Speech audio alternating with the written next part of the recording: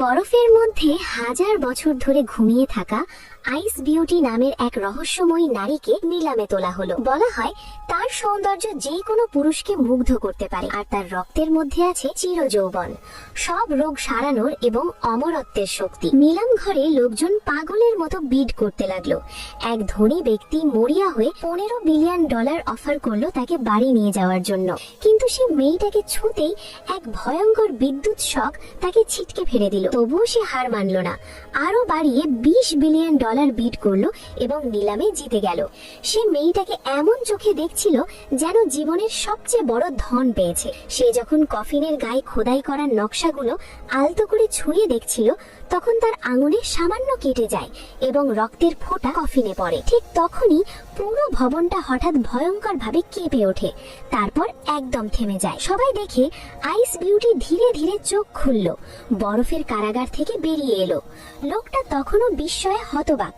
মেয়েটা শিশুর মতো হাত বাড়িয়ে দিল, যেন আলিঙ্গন চাইছে। লোকটা বুঝে ওঠার আগেই সে সোজা তার বুকে ঝাঁপিয়ে পড়ল। বাড়ি ফিরে লোকটা একটা ছুরি বা ড্যাগার বের করে মেয়েটার কাছে রক্ত চাইল।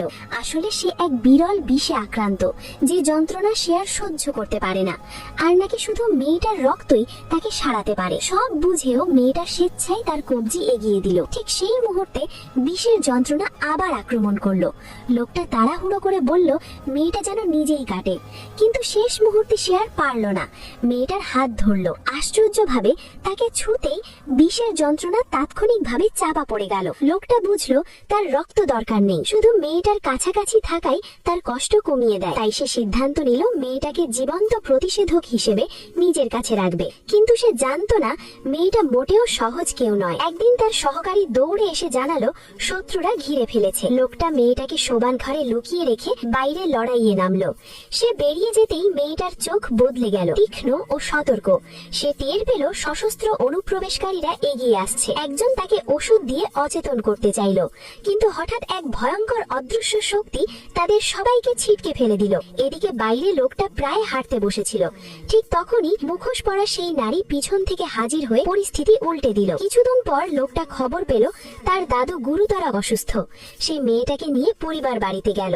তার ষড়যন্ত্রকারী বোন মেয়েটাকে অপমান করতে শুরু করলো, কিন্তু লোকটা মেয়েটাকে কাছে টেনে বলে দিল ও আমার নারী। ঠিক তখন ডাক্তার জানালো বুড়ো দাদু আর বাঁচবে না। লোকটা ভেঙে পড়ে ডাক্তারের কাঁধ ধরে অনুনয় করতে লাগলো, কিছু করুন। লোকটার কষ্ট দেখে মেয়েটা গোপনে দাদুর ঘরে ঢুকে তার শরীরে নিজের শক্তি ঢেলে দিল। ধীরে ধীরে দাদুর মুখে রং ফিরতে লাগলো। একটা অলৌকিক ঘটনা। ডাক্তার সেই মুহূর্তে ঘরে ঢুকে এটা নিজ চোখে দেখে অবাক হয়ে গেল, কিন্তু এতে মেয়েটা একদম দুর্বল হয়ে পড়ে এবং মূর্ছা যায়। লোকটা দৌড়ে এসে তাকে ধরলো। ডাক্তার তখন শুধু বলল সে নাকি ক্ষুধার কারণে অজ্ঞান হয়েছে।